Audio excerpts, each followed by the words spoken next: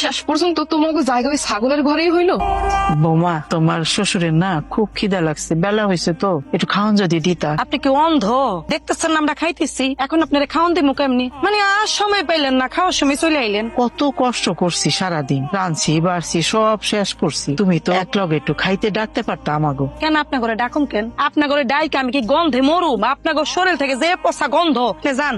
রাকিব, তার বাপের ওষুধ শেষ হয়ে গেছে, তুই যদি বাজারে যাস ওষুধটা নিয়ে আসিস। ওনার কাছে কোনো টাকা পয়সা নেই, ওষুধ কিনতে পারবো না। বড় মাছ কিনে লয়েছে, তখন হাতে টাকা ছিল, এখন বাপের ওষুধ কিনবো, এখন বুঝি হাতে টাকা থাকবো না? আপনি এত কথা কইতেছেন কেন? বাড়িতে যে থাকতে দিতেছি, খাইতে দিতেছি, ভালো লাগতেছে না? বেশি কথা কইলে কিন্তু অনেক খারাপ হয়ে যাবে।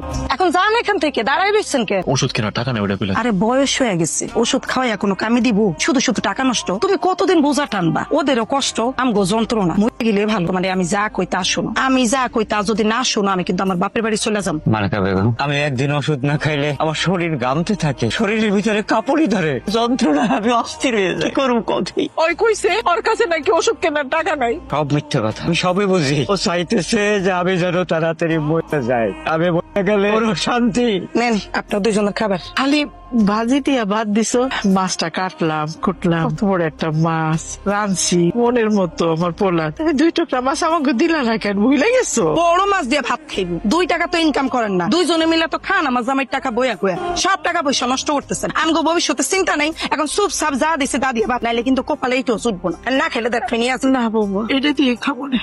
মাছ দিয়ে আর ভাত খাওয়ার কপাল আমাকে নাই রাখি বেরবা।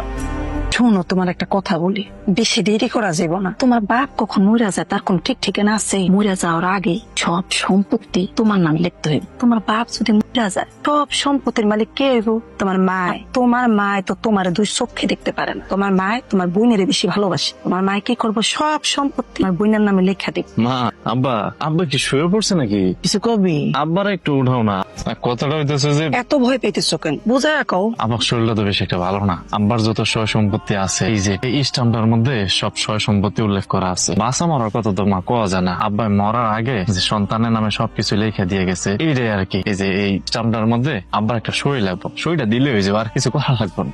কেন সই করতে হইব? তুই আমাকে একটা মাত্র পোলা, আমরা মরলে তুই সম্পত্তি তোর, সই করো লাগবো কেন? সইটা করে দাও তো, আমি তোমার একমাত্র সন্তান, সইটা করে দিলে কি বলবো?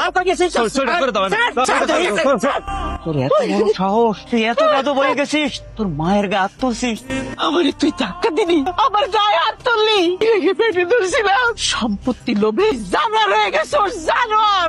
তোমার কত বড় সাহস, তুমি মায়ের গায়ে হাত তোলো? আরে যে সন্তান মায়ের গায়ে হাত তোলে সে কি মানুষ? যে পশুর চেয়ে খারাপ। তোমারে আমার ভাই